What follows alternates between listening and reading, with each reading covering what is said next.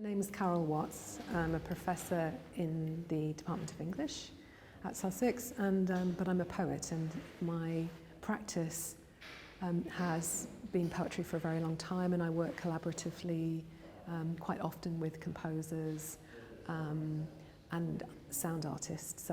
That's what my poetry is interested in. So I jumped at the opportunity to work with Evelyn on this project because I knew of her work, the robot opera work that she'd done previously. But we very rarely get the opportunity to have a kind of collaborative, open, experimental space. Certainly in my job, I often get, because of the nature of my work, to have time to spend with an encounter with something you haven't thought through before. And so to have an encounter with Cleo is really transformative, because the listening to her and to her voicing of poetry means that you have to rethink what you think you're doing when you're writing a poem. So it wasn't just that the way that she speaks or sings or has vocal abilities is completely different from the way that you would normally work, but actually you can listen to your own practice completely differently, and it brings all sorts of resonance to it.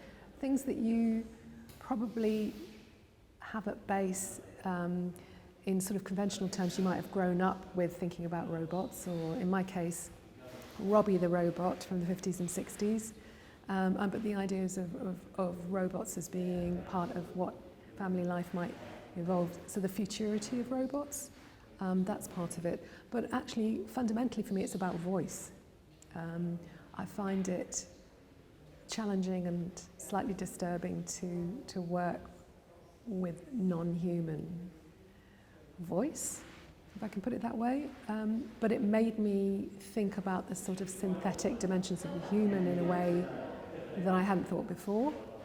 And it's given me a sense of where I would like to take my practice, which is about biomimicry. So I'm interested in how non-human species mimic and use sound from a kind of industrial, post-industrial world. And so that's allowed me to think through the voicing of poetry in that light by, working with Cleo, and also the shock of working with Cleo, if I can put it that way. I mean, it can be quite uncanny. There's a sort of disturbing exchange that goes on.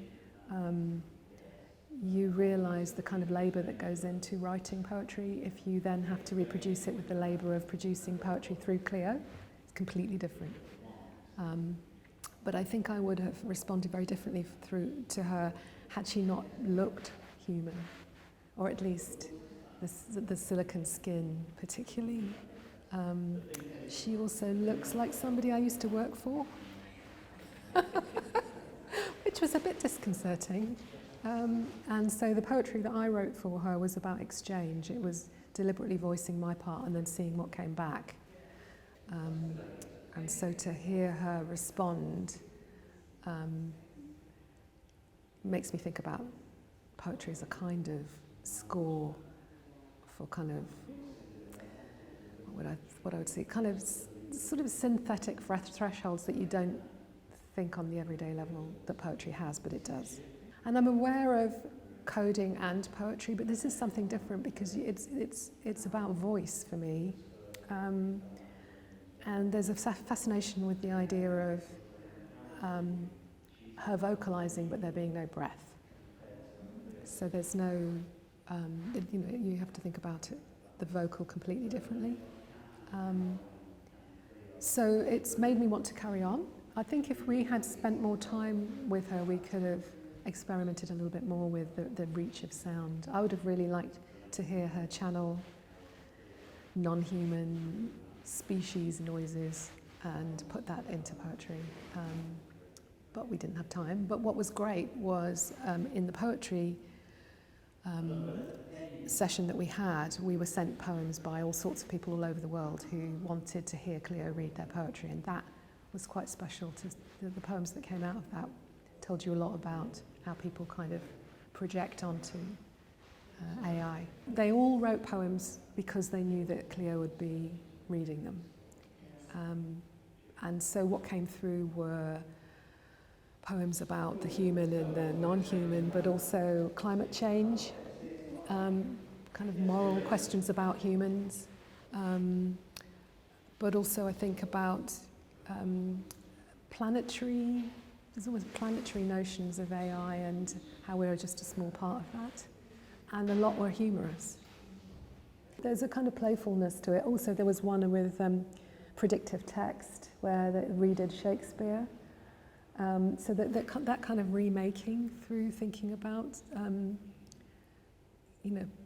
it being voiced by a robot was interesting. There were ones that worked better, in my view, actually read by her than they probably would have done had they been read by a human.